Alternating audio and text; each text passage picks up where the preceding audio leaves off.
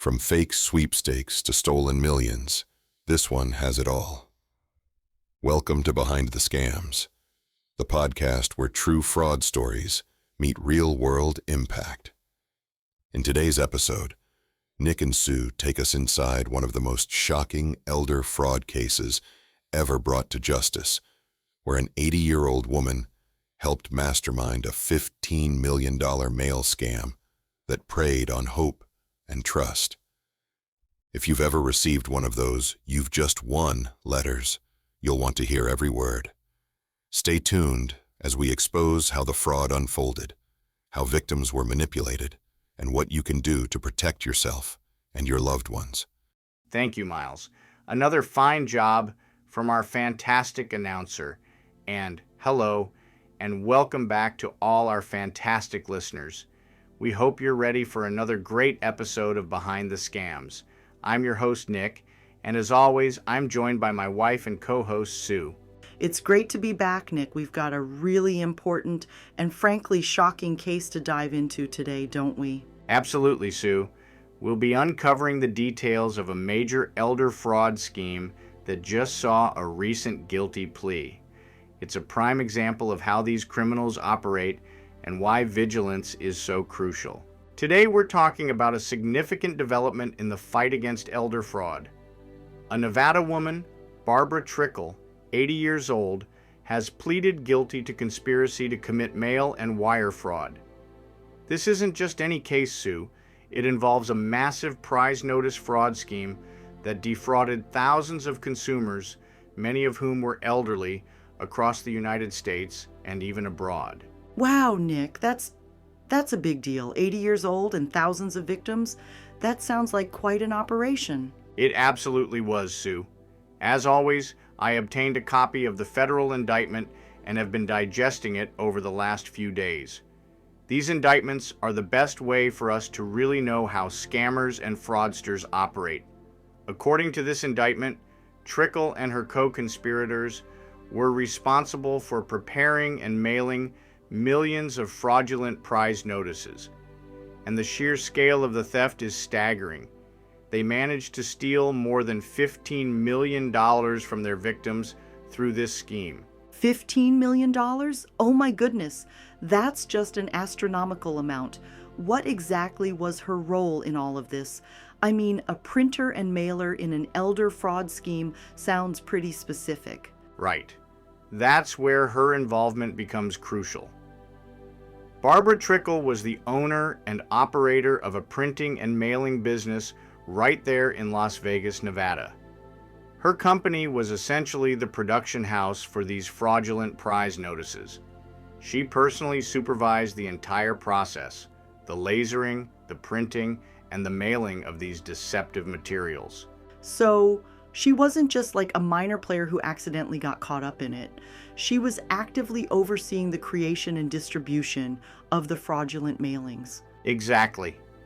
She was an integral part of the machinery behind this scam.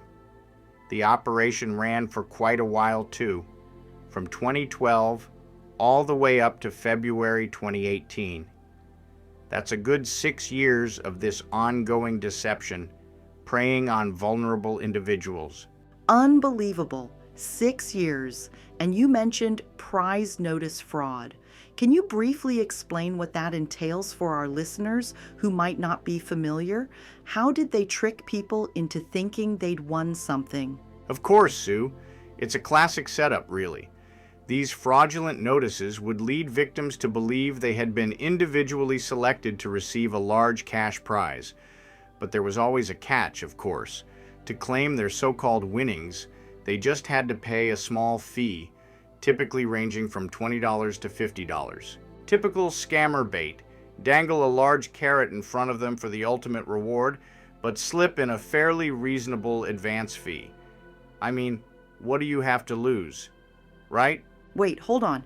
Are you saying they actually believed they'd won a huge cash prize and then willingly sent money for it? That's crazy. How do people fall for that? I mean, it sounds so simple. It does, Sue, but scammers are incredibly convincing. They prey on hope and sometimes desperation. These notices were designed to look very official and personal, making people believe this was a legitimate opportunity. The key was that the victims were led to believe they were individually selected. That personal touch, combined with the allure of a large sum of money, can be incredibly powerful. So it wasn't just a generic flyer, they actually tried to make it look like it was specifically for them. Exactly. The notices often contained false statements implying they'd won big, like $749,251 in sweepstakes cash and awards, and that it was 100% confirmed. They'd use terms like confirmed, validated, or guaranteed to really drive home the legitimacy. Oh wow, I didn't know that.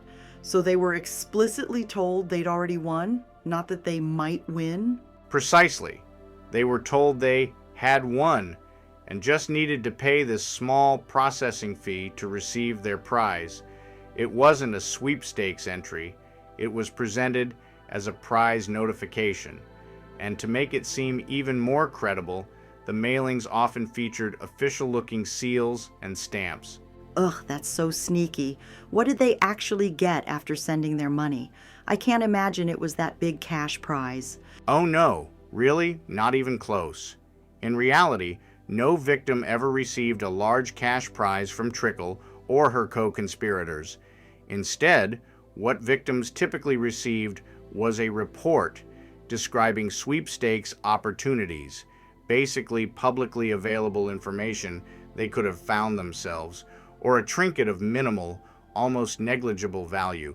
A trinket? Like what kind of trinket? A plastic whistle? A cheap pen? Well, the indictment mentions items like an Ultra HD Smart TV or a Kenmore Elite washer and dryer or heirloom jewelry in their disclosures. But these were misleading. The actual value of what was sent, if anything, was minimal. It was a complete bait and switch. The small print, the disclosures as they called them, would state that the recipient was entering a sweepstakes or would receive these items, but these disclosures did not correct the false statements that were front and center on the notices. Oh my goodness, that's just beyond frustrating. So they'd pay their $20 to $50, expecting thousands, and get a pamphlet about other sweepstakes or some junk? That's just adding insult to injury, isn't it? Absolutely. And here's where it gets even more insidious. Once victims responded to one fraudulent prize notice mailing, Trickle and her co-conspirators would inundate them with additional fraudulent mailings. They knew these individuals were susceptible. So they essentially identified their most vulnerable targets and then just kept hitting them? That's just terrible. And where were these payments sent? Were they asking for bank transfers or something equally direct? Good question. The mailings included return envelopes addressed to several post office or PO boxes located outside of Nevada, which were rented by the defendants. So victims would mail their payments, cash or checks, to these PO boxes. It was all designed to be a very structured, large-scale operation, using the Postal Service to their advantage. It really highlights how these sophisticated schemes leverage everyday systems to facilitate their fraud. Okay, so who are we talking about? The press release mentioned Barbara Trickle, who pleaded guilty. Was she the only one? No, not at all, Sue. Barbara Trickle, an 80-year-old woman from Las Vegas, was indeed a central figure, pleading guilty to conspiracy to commit mail and wire fraud. But she wasn't alone. This was a collaborative effort involving at least two other main co-conspirators, Kimberly Stamps and John Kyle Muller. Interesting. So how did they all fit together? Was it like a crime family or more of a business partnership? That's a great question, and it turns out there were familial ties involved. Kimberly Stamps and John Kyle Muller were actually sister-in-law and brother-in-law. Oh, wow. I didn't know that. So it was a family affair in a way? That just adds another layer to this. It does. And their roles were quite distinct but interconnected. Let's start with Barbara Trickle, since we've already mentioned her. She was the owner and operator of a printing and mailing business in Nevada.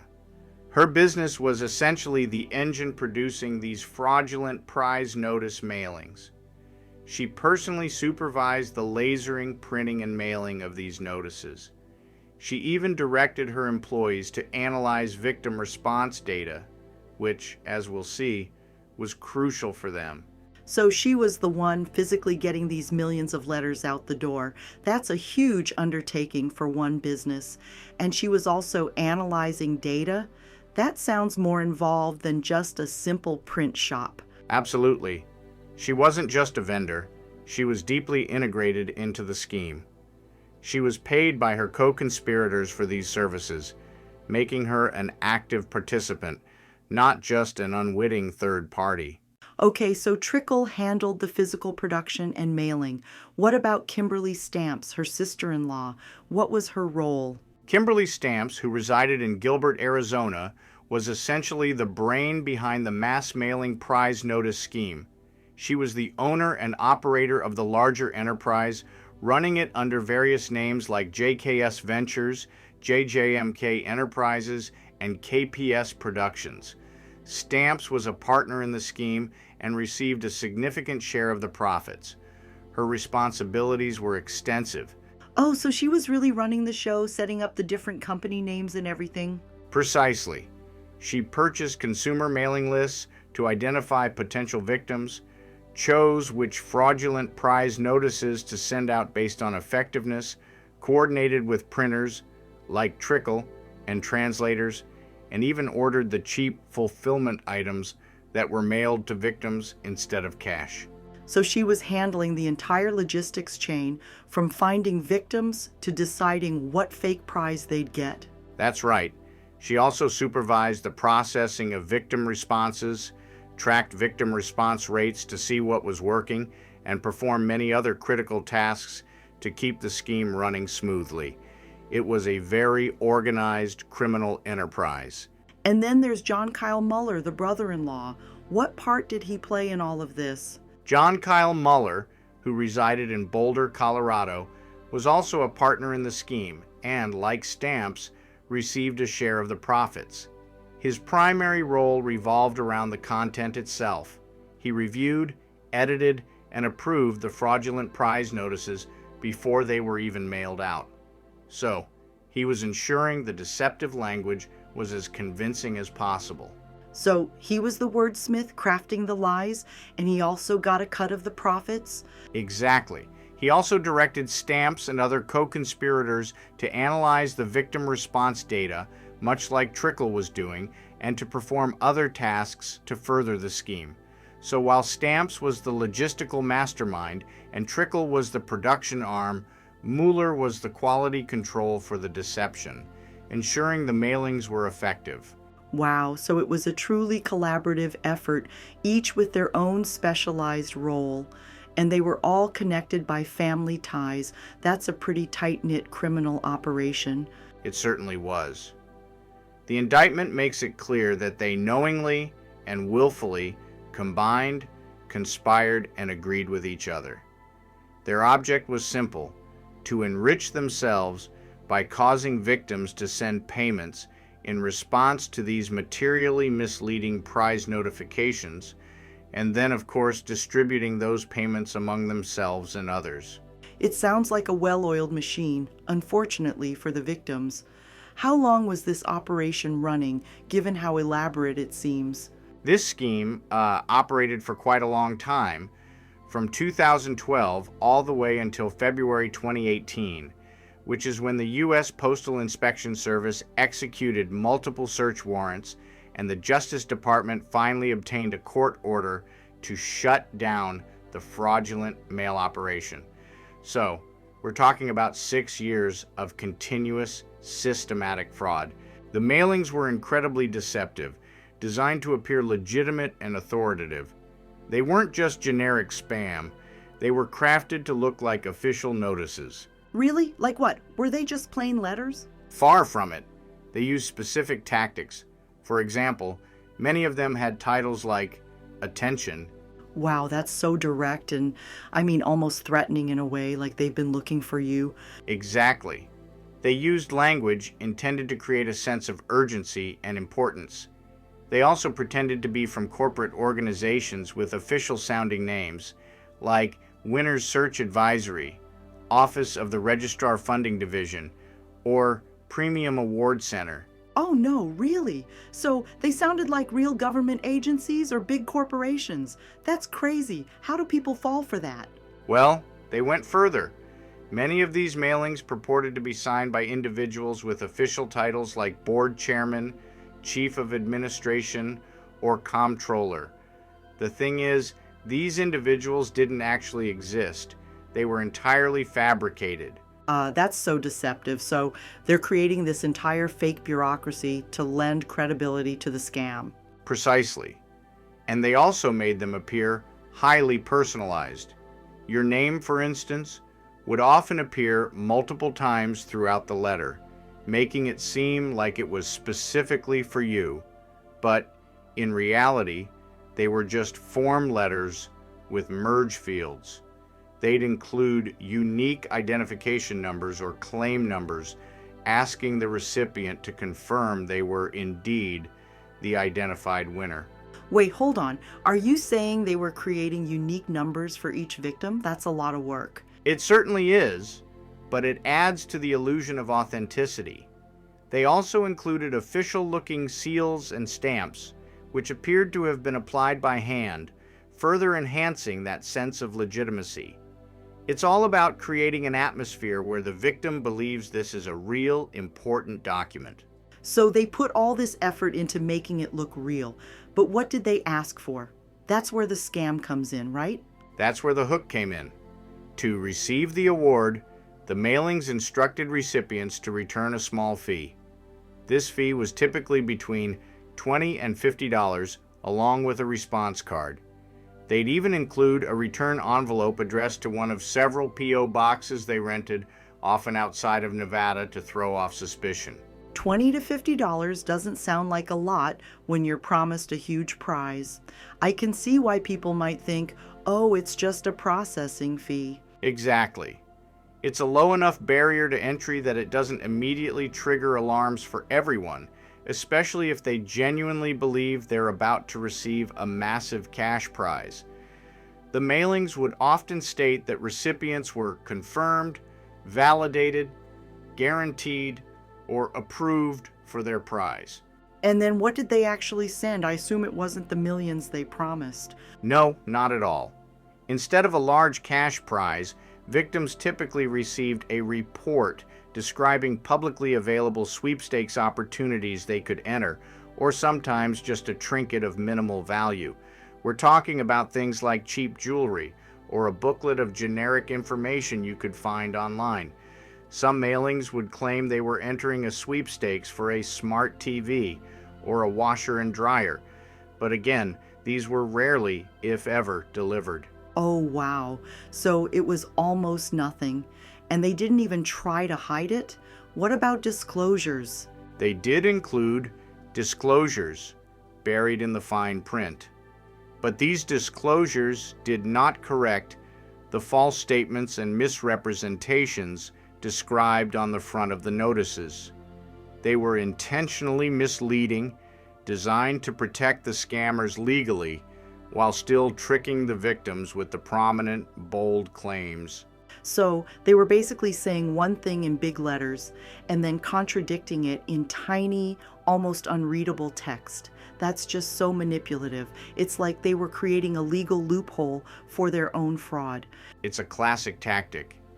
They leverage human psychology, the desire for a windfall, and the trust people often place in what looks like official correspondence.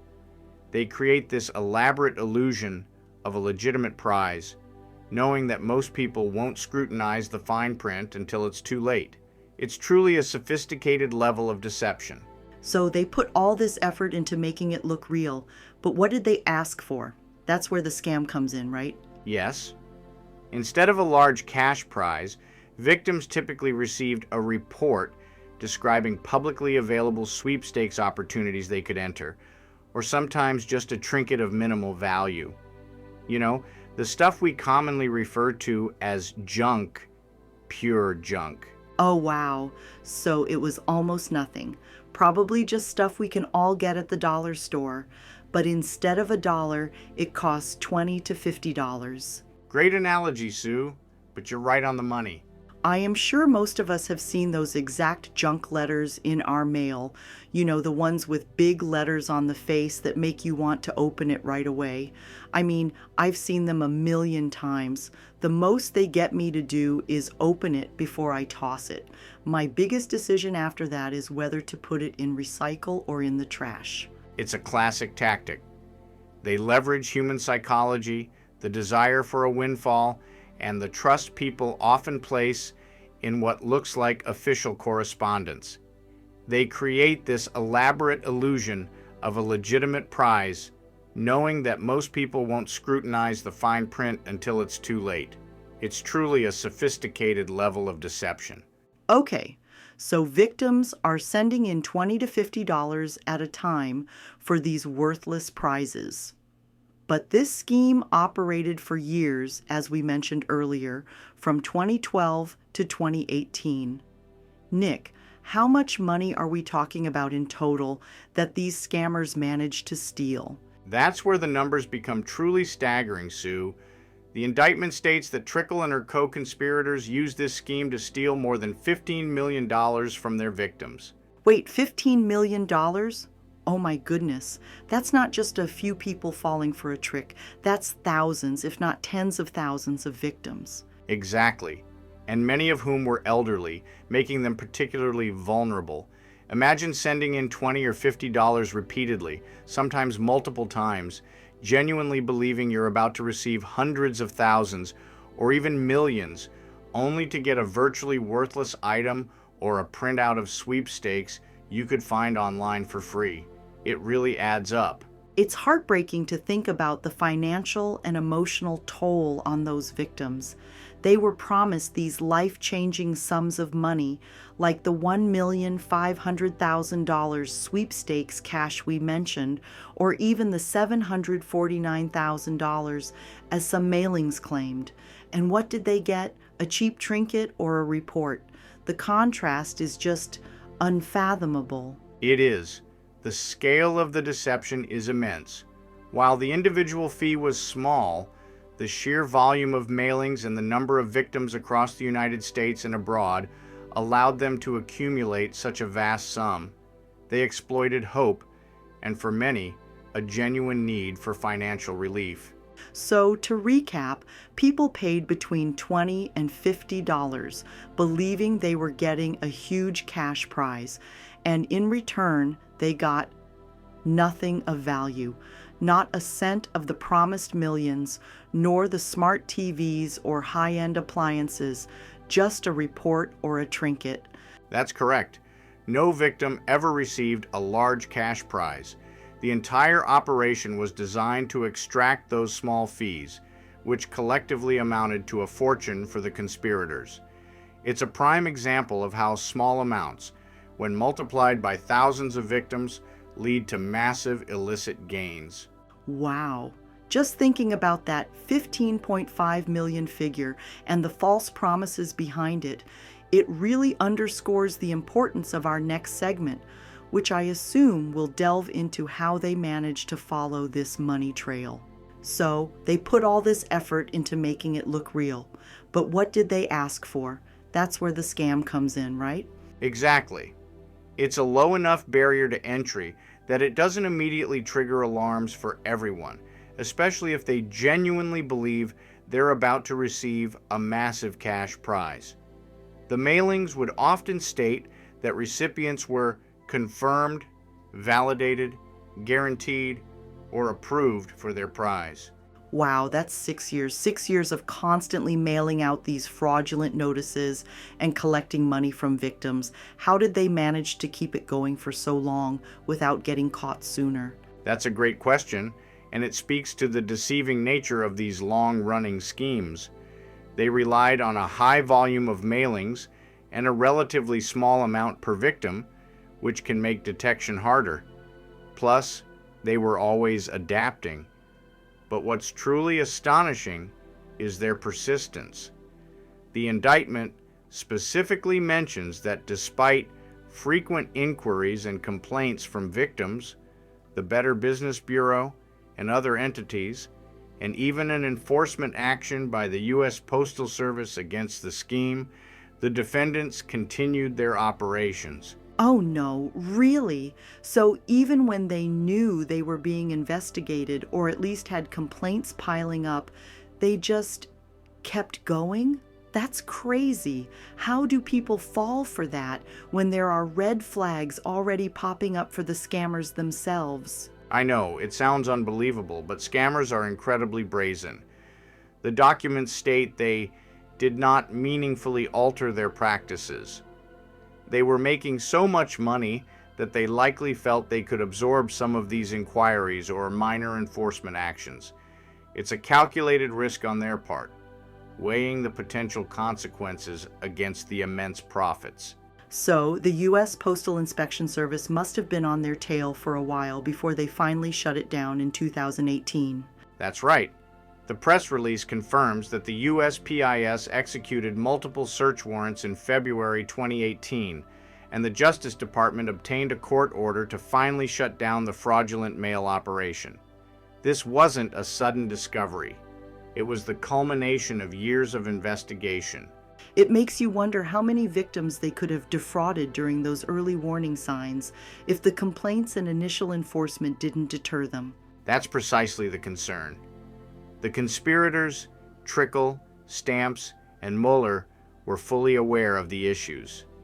The indictment reveals that Mueller, for instance, analyzed victim response data and advised Stamps on how to handle inquiries and complaints from victims. They were literally tracking the feedback not to stop, but to refine their scheme and continue to exploit more people. That's chilling. So they were basically weaponizing the feedback against the victims, using it to get more effective.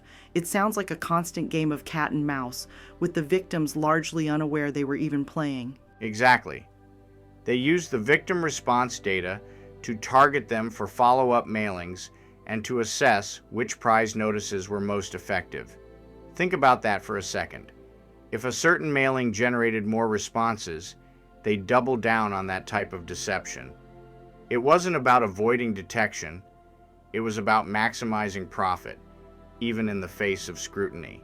So for 6 years, they perfected their methods, continued to lure in more victims, all while knowing they were likely on some kind of radar. It just goes to show how determined these fraud rings can be. It's not just a fly-by-night operation. This was a well-oiled machine of deception. A very well-oiled machine, unfortunately. The duration and the persistence, despite external pressures, truly highlight the level of organization and criminal intent behind this scheme. It wasn't just a few bad actors, it was a sophisticated operation designed to withstand attempts at disruption for as long as possible. So, we've talked about the incredible persistence of this scheme, but let's get into the nitty-gritty of how they actually collected the money. Because, it wasn't just a matter of sending out a letter and hoping for the best, right? Right. I'm picturing an elaborate system. How did they get these millions of dollars from thousands of victims into their pockets? Where did all that money go first? Excellent question, and the indictment lays it out pretty clearly. The first step was the victims sending their payments. These payments, primarily checks and cash, were sent via the return envelopes provided in the fraudulent mailings. And these return envelopes, they were addressed to P.O. boxes. P.O. boxes in Arizona, if I recall from the document? Exactly. According to the indictment, these P.O. boxes were located in Arizona, and it was Kimberly Stamps, one of the key conspirators, who, along with others, collected the victim mail from these mailboxes. She'd then open and sort the victim responses, often doing this from her home or office space. Wow, so she was literally sifting through bags of mail, counting cash, and looking at checks? That's so hands-on for such a massive scheme. It certainly was, And initially, it was quite an operation for handling those checks. Up until September 2016, Stamps would send the victim checks to a Canadian payment processor.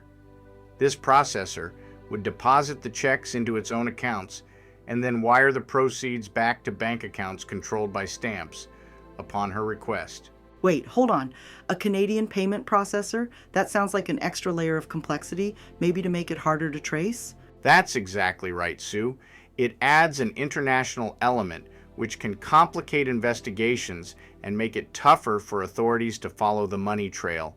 It's a common tactic in larger, more sophisticated fraud operations to try and obscure the origin and destination of funds. But after September 2016, the system changed slightly. Stamps began depositing victim checks into her own local bank accounts. So they moved from an international middleman to directly depositing the funds. Did that mean they were feeling more confident or perhaps getting sloppy? It's hard to say definitively from the documents, but it could indicate either a streamlining of their operations or perhaps a perceived reduction in risk. Regardless, once the money, whether cash or processed checks, was in accounts controlled by Stamps, she would then distribute parts of these proceeds to herself and her co-conspirators, including Barbara Trickle and John Kyle Muller. So it was essentially a three-way split or more depending on who else was involved, and this was happening for years. Precisely. And this leads us to another fascinating and chilling detail about their operation: the use of a victim database. The indictment states that Stamps and her employees would scan a barcode at the bottom of each paying victim's response slip. Oh, a barcode? What was that for? That barcode was crucial. It caused information about that victim to be uploaded into a database. And here's where Barbara Trickle comes back into play, beyond just the printing. This database was actually maintained by Trickle. Stamps could even access it remotely. That's crazy. So they weren't just mass mailing blindly, they were building a profile of their victims. Exactly.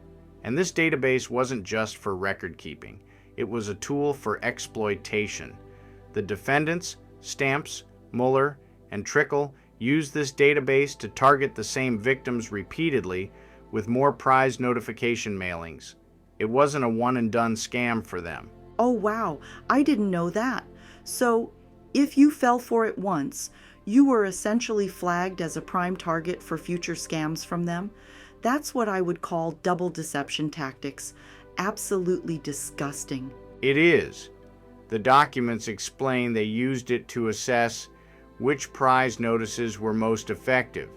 If a particular type of mailing got a high response rate, they'd use that data to refine their approach and hit those same vulnerable individuals again and again. And remember, what did these victims get in return for their payments? A report describing sweepstakes opportunities or a trinket of minimal value, not the large cash prize they were promised. Correct. So, the database not only helped them retarget, but it also helped them understand how to keep the deception going by knowing which tactics hooked victims most effectively. It paints a picture of a highly organized, data-driven criminal enterprise. I mean, that's almost like a legitimate marketing strategy, but for fraud. It's terrifyingly effective when you think about it. It makes you realize just how sophisticated these operations can be. Absolutely. It highlights the depth of their planning and their cold calculation in extracting as much money as possible from their victims, many of whom, as we know, were elderly and vulnerable. It really solidifies that this was far from an amateur operation. But there is good news in this story, and that is law enforcement eventually caught up with Barbara Trickle. That's the good news we've been waiting for. So, what exactly was the outcome for Barbara Trickle? What did she plead guilty to? Well, the press release states quite clearly that Barbara Trickle, who is 80 years old and from Las Vegas, pleaded guilty to conspiracy to commit mail and wire fraud. This isn't a small charge. It's a significant one that encompasses the entire scope of the fraudulent scheme we've been discussing. Conspiracy to commit mail and wire fraud. So it's not just about her direct actions in printing, but also her involvement in the overall plot? Right again, Sue. The conspiracy aspect means she agreed with others, like Kimberly Stamps and John Kyle Mueller, to commit these crimes. And mail and wire fraud, as we saw in the indictment, are the core methods they used to execute the scam, sending fraudulent mailings and using interstate communications for coordination and financial transactions. And this conviction is quite significant, isn't it? I mean, she was the owner and operator of the printing business, so she was crucial to the physical execution of the fraud. She was absolutely critical. Her printing and mailing business was the engine that produced those millions of fraudulent prize notices. Without her or someone like her, the scale of this mass mailing operation wouldn't have been possible. She supervised the lasering, printing, and mailing of these notices.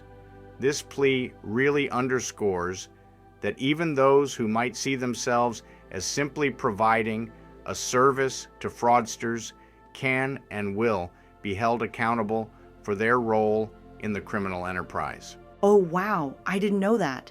That's a powerful message that if you're enabling a scam, you're just as liable. So, with this guilty plea, what are the next steps for her? What kind of consequences is she facing? While the specific sentence will be determined later, a guilty plea to conspiracy to commit mail and wire fraud under federal law carries significant penalties. We're talking about potentially years in prison, substantial fines, and, importantly, forfeiture of assets. The indictment details a forfeiture allegation, meaning the government seeks to seize any property derived from or traceable to the proceeds of the fraud. So, they want to get the money back from her? That makes sense. Over $15 million was stolen, right? Precisely. The goal is to recover those illicit gains. The indictment explicitly mentions that upon conviction, they would seek forfeiture of any and all property with the requisite nexus to violations of the mail and wire fraud statutes, and a criminal forfeiture money judgment for at least the amount to be calculated. It's the Justice Department's way of ensuring that criminals don't profit from their illegal activities. That's a huge relief, especially for the victims. Knowing that the people behind these schemes are being brought to justice and that there's an effort to recover some of the stolen funds offers a glimmer of hope. What was the catalyst for the shutdown of this whole operation leading to these charges? The press release states that the fraud scheme operated from 2012 until February 2018. That's when the U.S. Postal Inspection Service, or USPIS, executed multiple search warrants. And the Justice Department then obtained a court order, effectively shutting down the entire fraudulent mail operation. This plea really highlights the power of interagency cooperation in tackling these complex, large-scale fraud cases. It shows persistence pays off. This conviction, Sue, really underscores the immense efforts being made by agencies like the Department of Justice and the U.S. Postal Inspection Service to combat elder fraud on a much larger scale. It's not just about one case, it's about a nationwide and even international fight to protect our most vulnerable citizens. It certainly feels like the Justice Department is putting a huge focus on this, doesn't it? I mean, these cases seem to pop up more and more, unfortunately. They absolutely are. Acting Assistant Attorney General Yakov Roth from the Justice Department Civil Division stated, and I quote, "The Department of Justice's Consumer Protection Branch is committed to protecting elderly consumers from fraudulent mass mailing schemes." He also specifically extended gratitude to the Postal Inspection Service for their thorough investigation in this matter. It really highlights the interagency cooperation. That's fantastic to hear. And what about the Postal Inspection Service directly? What's their commitment to this kind of work? Inspector in Charge Eric Shen of the U.S. Postal Inspection Service Criminal Investigations Group echoed that sentiment powerfully. He said, and I'll quote him directly here, "The U.S. Postal Inspection Service will continue to aggressively investigate mass mailing schemes and other types of fraud to protect older Americans from financial exploitation and bring criminals to justice." So it's not just reactive, it's a proactive, ongoing commitment. Oh, wow, that's really encouraging. It sounds like they're really dedicated to stamping out these kinds of operations. Are they also providing advice or warnings to the public to help prevent these scams in the first place? They certainly are. The department actively urges individuals to be on the lookout for specific types of scams like fraudulent lottery, prize notification, sweepstakes, and even psychic scams. Their advice is quite clear. If you receive a phone call, letter, or email promising a large prize in exchange for a fee, do not respond. That's a good practical tip. It's so easy to get caught up when something sounds legitimate, especially if they use names that sound like official departments or, famous lotteries. Exactly. They highlight that fraudsters often use official-sounding names, or even the names of real lotteries or sweepstakes, and in some cases, they'll even pretend to be government agents purportedly helping to secure a prize. It's all about creating that illusion of legitimacy and urgency. That's so deceptive. So, beyond general warnings, does the Department of Justice have specific initiatives or resources for seniors and their families? Yes, they do. They have a significant elder justice initiative, and more information about their efforts to help American seniors is available on their dedicated webpage. Plus, for those interested in the broader scope of their work, information about the Consumer Protection Branch and its enforcement efforts can be found on its website. It's part of a broader, multi-pronged approach to not only prosecute those who commit these crimes, but also to educate the public and prevent future victimization. That's really important. It shows they're not just waiting for the crime to happen, they're trying to stop it before it even starts. Precisely. The scale of this problem means it requires continuous vigilance from both law enforcement and the public. These cases, like Barbara Trickle's, serve as powerful reminders of why these broader efforts are so crucial. Nick, it's one thing to hear about the scale of these operations and the law enforcement efforts, which are obviously crucial. But what I always wonder is, from a psychological perspective, why do people fall for these? I mean, how do these scammers manage to convince thousands, many of whom are elderly, to send money for a promised prize that just isn't real? That's an excellent question, Sue. And it really gets to the heart of why these scams are so insidious. Scammers, like Trickle and her co-conspirators, are master manipulators of human psychology. They exploit very fundamental human desires and vulnerabilities. So, what are some of those key psychological tactics they use? Because when you read about it, it seems so obvious from the outside. It really does. From the outside, it might seem obvious, but when you're caught in their web, it's a different story. One of the primary tactics is creating an illusion of legitimacy and authority. The mailings in this scheme, for example, were designed to look like official notices.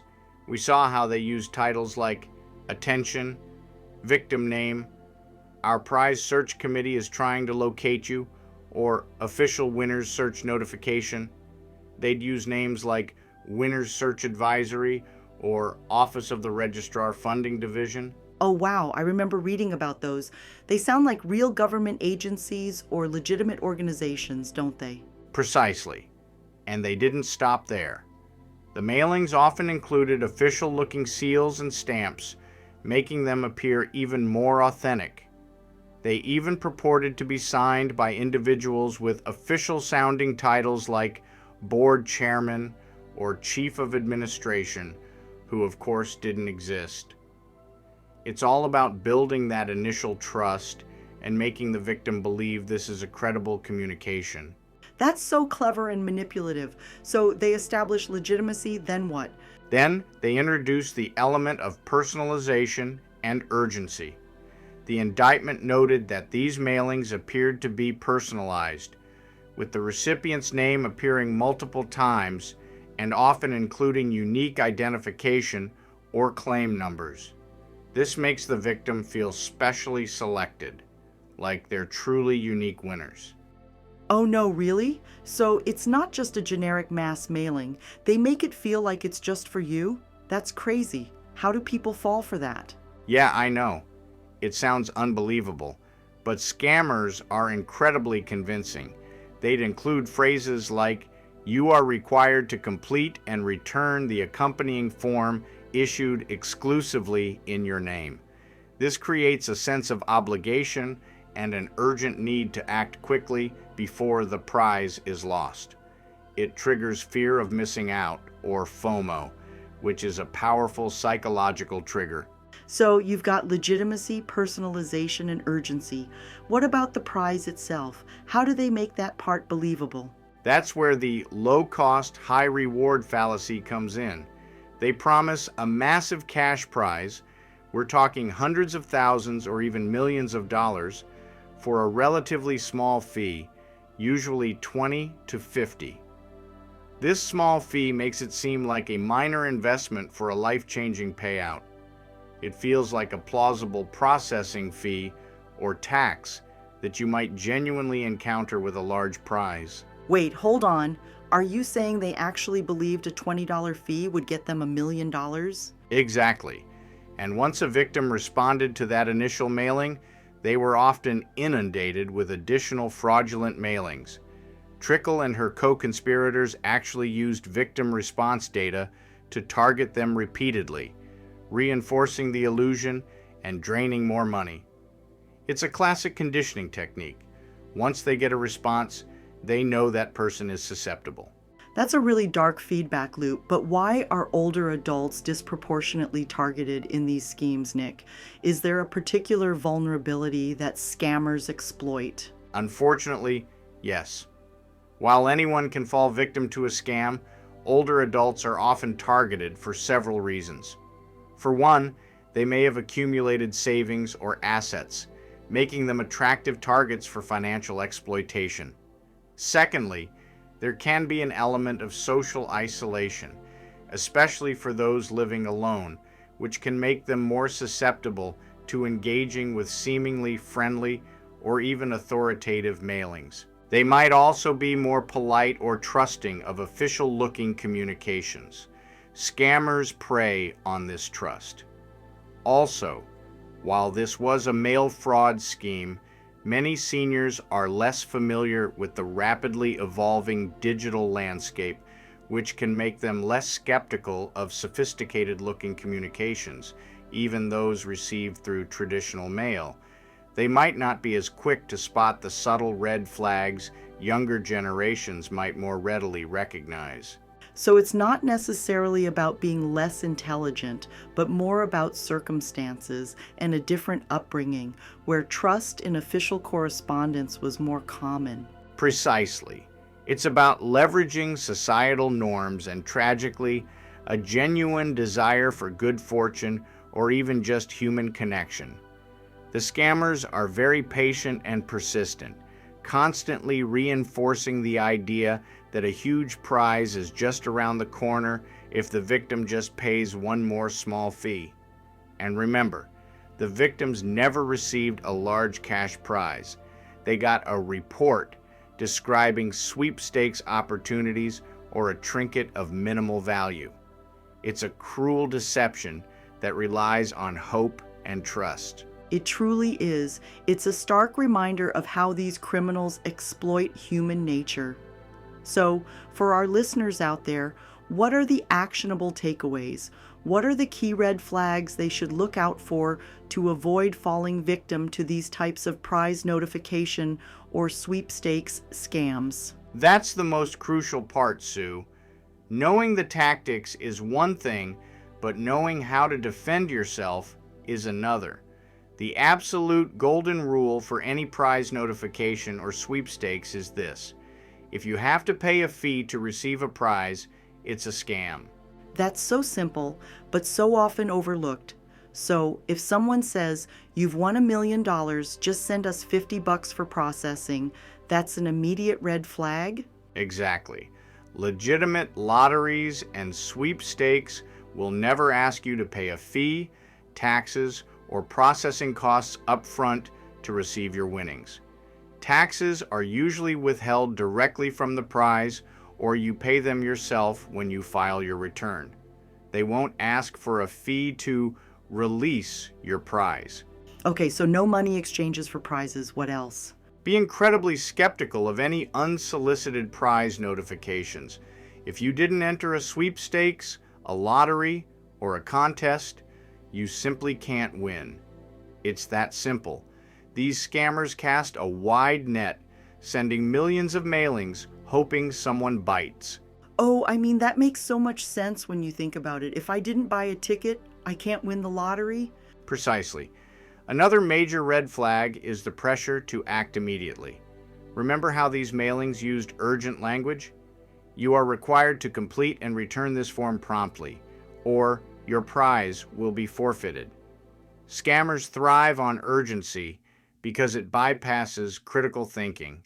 They want you to make a decision without having time to research or consult with a trusted family member or friend. Yeah, that makes sense. Like the whole FOMO, fear of missing out tactic we talked about. Spot on. And let's not forget the official sounding names and fake government affiliations. As we saw with Trickle's scheme, they used names like Premium Award Center or Department of Global Response. Always verify the legitimacy of any organization that contacts you. Don't use the contact information provided in the suspicious mailing. Look up their official website or phone number independently. A real government agency or a legitimate company won't mind you doing your due diligence.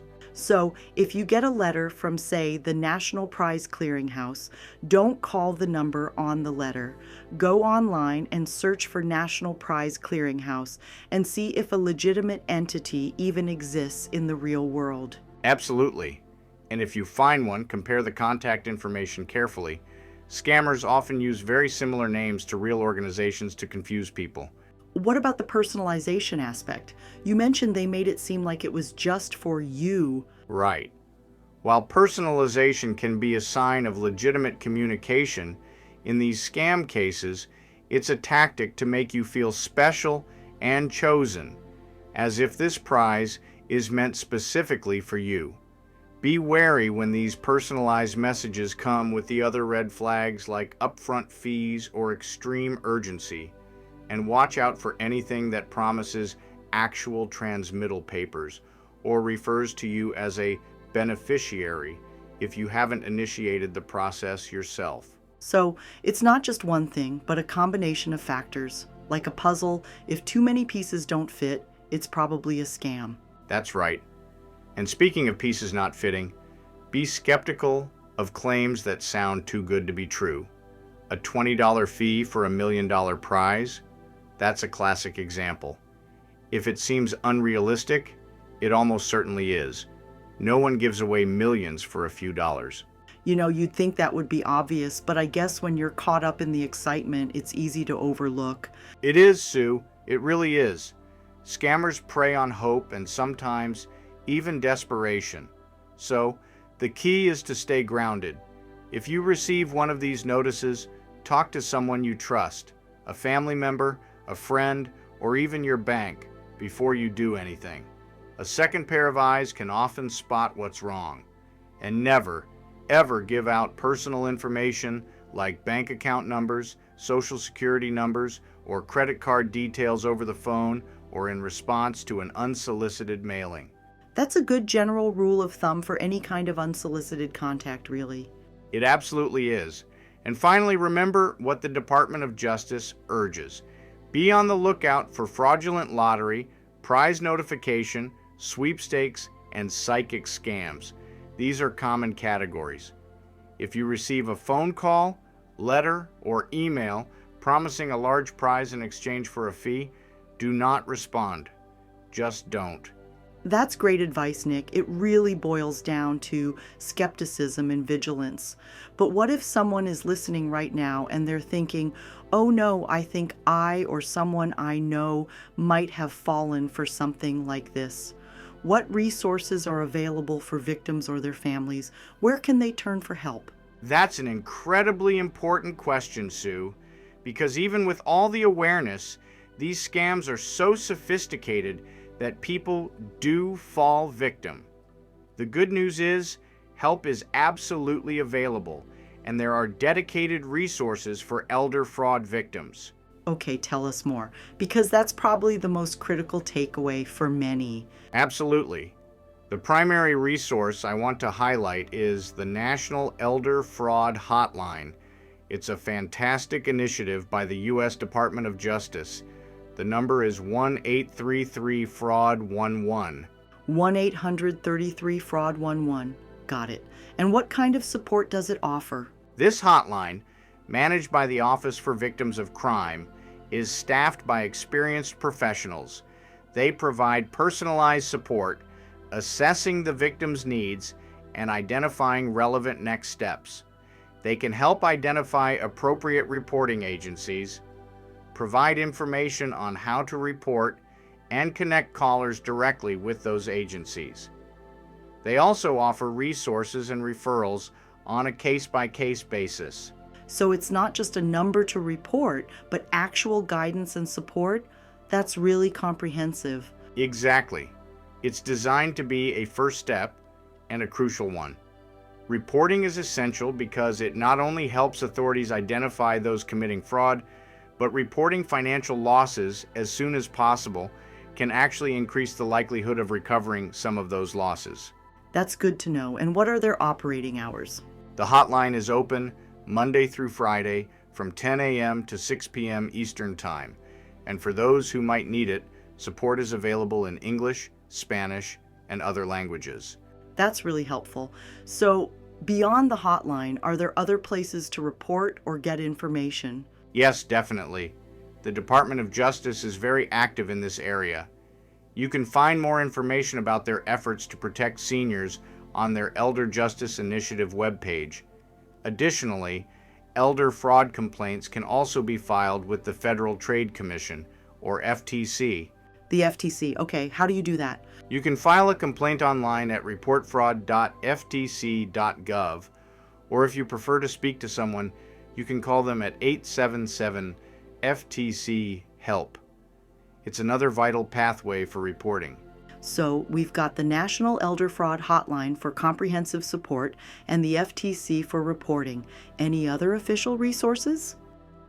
The Department of Justice also provides a variety of resources specifically related to elder fraud victimization through its Office for Victims of Crime, which can be reached at ovc.gov. And for general information about the Consumer Protection Branch and their enforcement efforts against schemes like the one Barbara Trickle was involved in, you can visit justice.gov Civil Consumer Protection Branch. It highlights their commitment to protecting consumers from fraudulent mass mailing schemes. So many resources, which is comforting. It shows that there's a serious commitment to combating this problem. There is, Sue. It's a fight on many fronts. From investigation and prosecution, as we saw with Trickle's case, to providing direct support and resources to victims. The key message for our listeners is, if you or someone you know is age 60 or older and has been a victim of financial fraud, do not feel ashamed and do not hesitate to reach out. These resources are there to help, and you are not alone. That's such an important point, Nick. The shame and embarrassment can often keep victims from coming forward, which only helps the scammers. You're right on point, Sue. And these professional operators at the hotlines and agencies are trained to help without judgment. They understand the sophisticated nature of these scams and how easy it can be for anyone, especially vulnerable elders, to fall prey. Reporting is truly the first step toward recovery, and more broadly, towards preventing others from becoming victims. This case with Barbara Trickle, Kimberly Stamps, and John Kyle Muller really underscores just how organized and persistent these fraud schemes can be. I mean, operating for 6 years, stealing over $15 million, and even continuing despite early warnings. It's a stark reminder. It absolutely is, Sue. The sheer scale and the duration of their operation highlight the critical need for constant vigilance. What we learned today about how these fraudulent prize notices were crafted, the official sounding names, the personalization that wasn't really personal at all. It shows the deliberate effort to create an illusion of legitimacy. It makes you realize that these aren't just random petty criminals. These are operations with a business model, however illicit. They analyze victim data, they refine their approach. It's a cold, calculated process. Precisely. And that's why the key takeaway for all our listeners, whether for themselves or their loved ones, is to cultivate a healthy dose of skepticism. If something sounds too good to be true, especially if it involves sending money for a prize, it almost certainly is. Right. Always question unexpected notifications, verify claims independently, and never, ever send money or personal information in response to these kinds of unsolicited offers. That's the golden rule, Sue. This case vividly illustrates that these scammers are expert manipulators. They target vulnerabilities, often preying on hope or a desire for financial security.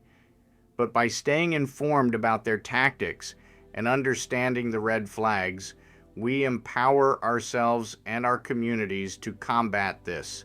So, the lessons are clear.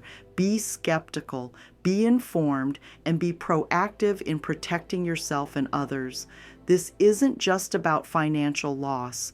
It's about the emotional toll these scams take on victims and their families. Absolutely. It's about protecting dignity and peace of mind.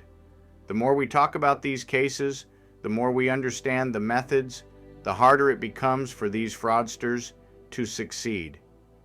It's a collective effort, really.